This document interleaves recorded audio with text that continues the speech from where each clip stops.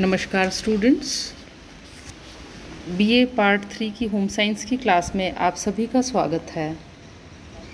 मैं doctor Alka Pareek, associate professor home science, government girls college Sikandra Dausa. हम लोग प्रसार शिक्षा का अध्ययन कर रहे हैं, जिसे हम एक्सटेंशन एजुकेशन कहते हैं। पिछली कक्षाओं में हमने प्रसार शिक्षा का अर्थ, इसका महत्व, आवश्यकता और इसके कार्यक्षेत्र को समझा।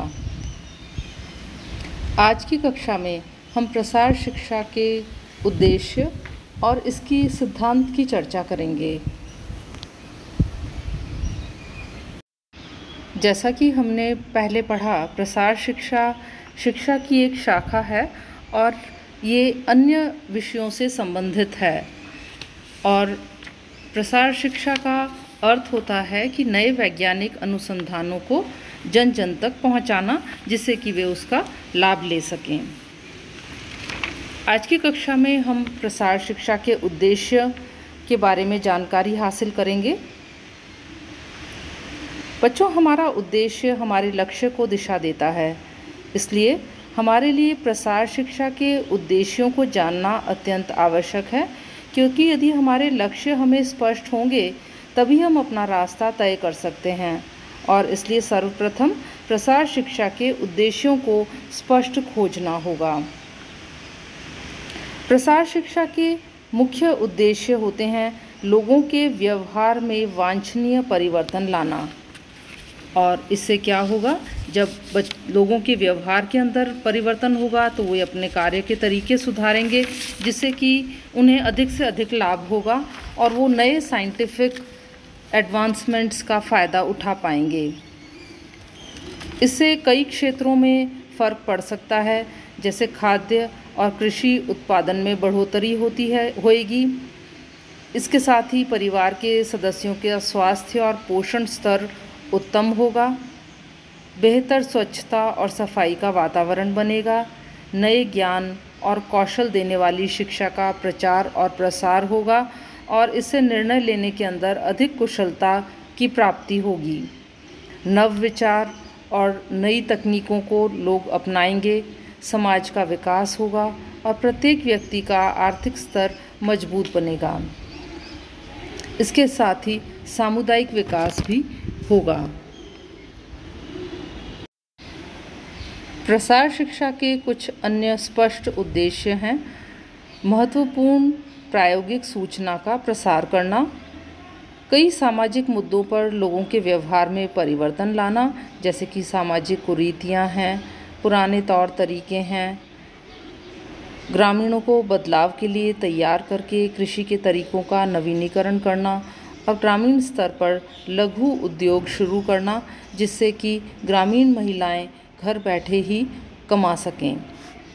ग्रामीण जिम्मेदारी और संवेदनशील नेतृत्व क्षमता का विकास करना, ऐसे भोजन के तरीकों को अपनाना जो उत्तम पोषण स्तर को प्रदान करें, जैसे कि हमारे यहाँ पर पुराने तरीके अपनाए जाते हैं, ओपन कुकिंग की जाती है इंस्टेड ऑफ प्रेशर कुकिंग। इसके अलावा वॉशिंग के अंदर और कुकिंग के अंदर बहुत सारे पोषक तत्व पानी में बहा दिए जाते हैं या स्टीम के द्वारा इवेपोरेट कर दिए जाते हैं। तो भोजन की जब हम नई तकनीकों की हमें जानकारी होगी या अगर ग्रामीण महिलाएं उनका प्रयोग करेंगी तो समय और शक्ति को भी वो बचा सकती हैं और अपने पोषक स्तर को भी, अपने और परिवार के पोषक स्तर को भी वो सुधार सकती हैं। सामान्य रूप से कुछ पोषक तत्व जैसे कि विटामिन ए और आयरन की अल्पता से होने वाली बीमारियों से बचाव के लिए उचित खुराक देना, जैसे कि हमारे हेल्थ सेंटर्स के ऊपर विटामिन ए की, आयरन की वैक्सीन्स और साथ ही इनकी टैबलेट्स, विटामिन ए की तो वैक्सीन्स और आयरन की टैबलेट्स, B12 की टैबलेट्स मुफ्त मिलती हैं, लेकिन लोगों को इसकी जानकारी ही नहीं होती। तो जानकारी के अभाव में ये एनीमिया का और विटामिन ए की कमी के शिकार हो जाते हैं। तो इन सब की जानकारी उनको देना, बच्चों को पोलियो, टाइफाइड, हेपेटाइटिस आदि बीमारियों से बचाव के लिए टीकाकरण कराना, इसके साथ ही समाज का आर्थिक स्तर मजबूत करना, गांव में लघु उद्योग स्थापित करना और लोगों को रोजगार दिलाना। इसके अलावा स्वच्छता का ध्यान रखना, स्वच्छता के बारे में जानकारी देना, जीवन प्रत्याशा को सुधारना, शिशु मृत्यु दर और बीमारी की दर को कम करना, ज़मीनी स्तर पर स्वास्थ्य सेवाएं प्रदान करना ताकि लोग कम बीमार पड़ें और उनका स्वास्थ्य उत्तम रहे। इसके साथ ही दूसरे अन्य विषय भी हैं जो प्रसार शिक्षा के अंतर्गत आते हैं, जैसे कि बालिका भ्रूण हत्या, कन्या के लिए भेदभाव और महिला शिक्षा, स्वास्थ्य आदि पर लोगों को जागरूक करना, पर्यावरण सुरक्षा, प्राकृतिक स्रोत और संसाधन जैसे कि पानी और जैविक ईंधनों का उचित प्रयोग करना, उत्तम भोजन, वस्त्र, आवास और मनोरंजन की सुविधाओं के लिए प्रोत्साहित करना और अच्छा बौद्धिक और आध्यात्मिक जीवन स्तर बनाना। ये सभी उद्देश्य हैं प्रसार शिक्षा के। तो अगर ये जो उद्देश्य हैं ये प्रसार विशेषज्ञों और कार्यकर्ताओं द्वारा सामुदायिक विकास और ग्रामीण कल्याणकारी योजनाएं बनाते समय ध्यान में रखे गए तो हमारे देश का समुचित विकास हो सकता है। अब हम चर्चा करेंगे प्रसार शिक्षा के सिद्धांतों की।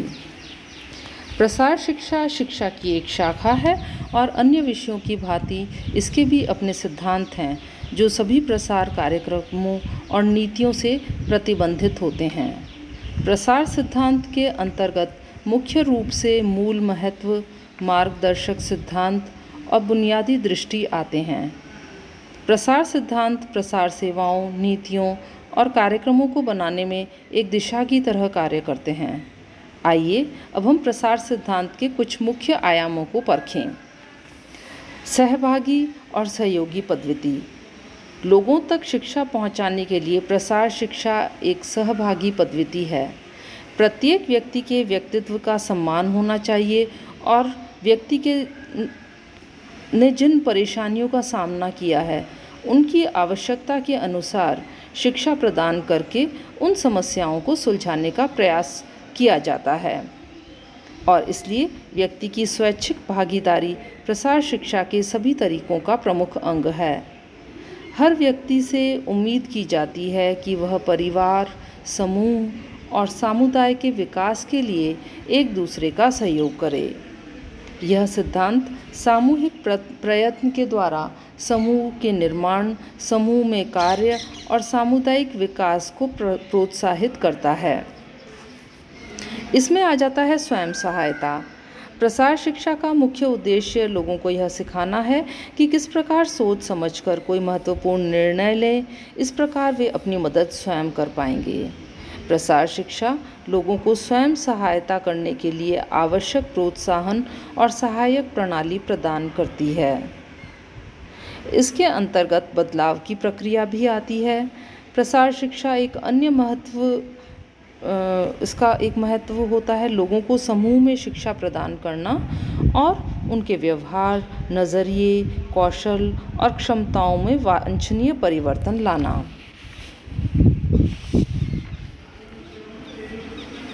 हमारा समाज दुनिया का सबसे बड़ा लोकतंत्र है और हम सभी ज़मीनी स्तर पर लोकतंत्र को प्रोत्साहित करते हैं और एक समूह में कोई भी निर्णय लोकतांत्रिक तरीके से लिया जाता है और इसमें व्यक्ति एक संसाधन के रूप में कार्य करता है। प्रसार शिक्षा प्रक्रिया का प्रमुख उद्देश्य समाज में बदलाव लाना है। इसका अर्थ है कि यदि व्यक्ति का रवैया और बर्ताव बदलेगा तो वह आसानी से नए विचार, ज्ञान और उपयुक्त तकनीकी को अपनाएगा। सारी प्रक्रियाएं व्यक्ति के ऊपर ही निर्भर करती हैं क्योंकि वही बदलाव की सारी प्रक्रिया का साधन है। इसलिए प्रसार शिक्षा में व्यक्ति को सबसे बड़ा संसाधन माना गया है।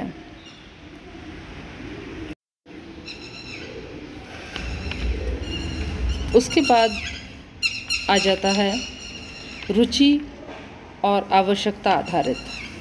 प्रसार शिक्षा को किसी भी व्यक्ति पर थोपा नहीं जा सकता। व्यक्ति को इसमें स्वयं रुचि दिखानी चाहिए और प्रक्रिया में स्वेच्छा से भागीदारी लेनी चाहिए।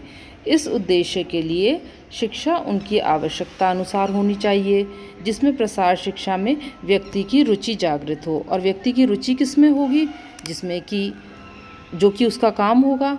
जैसे अगर कोई व्यक्ति किसान है तो उसकी रुचि खेती में होगी, कोई अगर ग्रामीण महिला है तो उसकी रुचि या तो लघु उद्योग में होगी या फिर उसकी रुचि होगी परिवार के स्वास्थ्य को स्तर को बनाए रखने के लिए। तो ये देख कर के कि पहले व्यक्ति की रुचि क्या है, उसके अनुसार प्रसार शिक्षा को अप्लाई करना चाहिए। इसमें प्रोत्साहन की महत्वपूर्ण भूमिका होती है।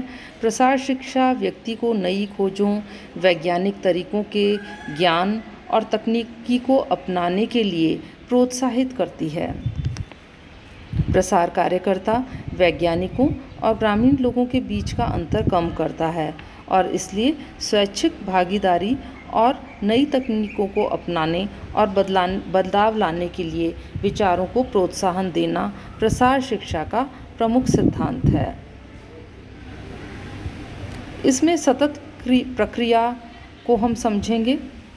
प्रसार शिक्षा जीवन पर्यंत लंबी, कभी न ख़त्म होने वाली एक सतत प्रक्रिया है जो कि कॉन्टिन्यूसली चलती ही रहती है। जैसे दुनिया में बदलाव होता है, उसी प्रकार तकनीक और ज्ञान में भी बदलाव होता है और वही बदलाव व्यक्ति को अपने तौर तरीकों में लाना होता है, तभी उसमें सुधार देखा जाएगा। प्रसार शिक्षा इस सिद्धांत पर आधारित है कि हमारे समाज को इस निरंतर हो रहे सुधारों को अपनाना चाहिए और इन बदलावों की राह पर चलना चाहिए। तो बच्चों, ये थे प्रसार शिक्षा के सिद्धांत।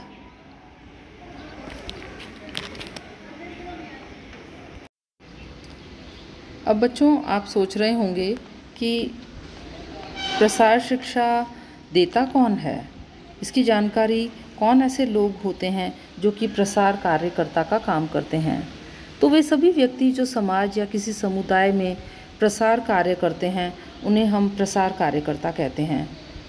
या हम ये भी कह सकते हैं कि जो लोग समुदाय में शिक्षा या सेवा प्रदान करने का कार्य करते हैं, वे प्रसार कार्यकर्ता हैं। इसका अर्थ यह भी हुआ कि गांव स्तर के कार्यकर्ता, प्रसार अधिकारी, खंड विकास अधिकारी, विषय विशेषज्ञ और गृह वैज्ञानिक सभी प्रसार कार्यकर्ता कहलाते हैं। हालांकि विभिन्न स्तरों में इन लोगों पर किए गए कार्य की प्रकृति एक दूसरे से अलग हो सकती है, लेकिन सभी का उद्देश्य एक होता है। यह सभी कार्यकर्ता विभिन्न स्तर के समुदाय प्रमुखतः इसके अंदर आ जाते हैं। ग्रामीण समुदाय के विकास के लिए विभिन्न पहलुओं पर कार्य कर रहे होते हैं। तो इस प्रकार यह कहा जा सकता है कि प्रसार कार्यकर्ता परिवर्तन के उत्प्रेरक होते हैं, जो सक्रिय रूप से लोगों के साथ कार्य करके उनके ज्ञान, कौशल और व्यवहार इनमें परिवर्तन लेकर आते हैं और इस कारण उन्हें परिवर्तन कारक कहा जाता है।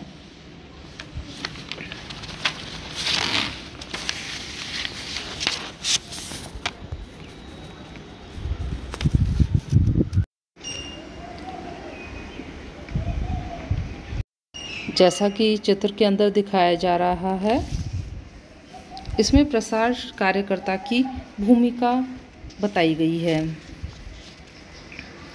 एक प्रसारकर्ता का कार्य समुदाय में प्रसार शिक्षा प्रदान करना है, मुख्य रूप से ग्रामीण इलाकों में रहने वाले लोगों को।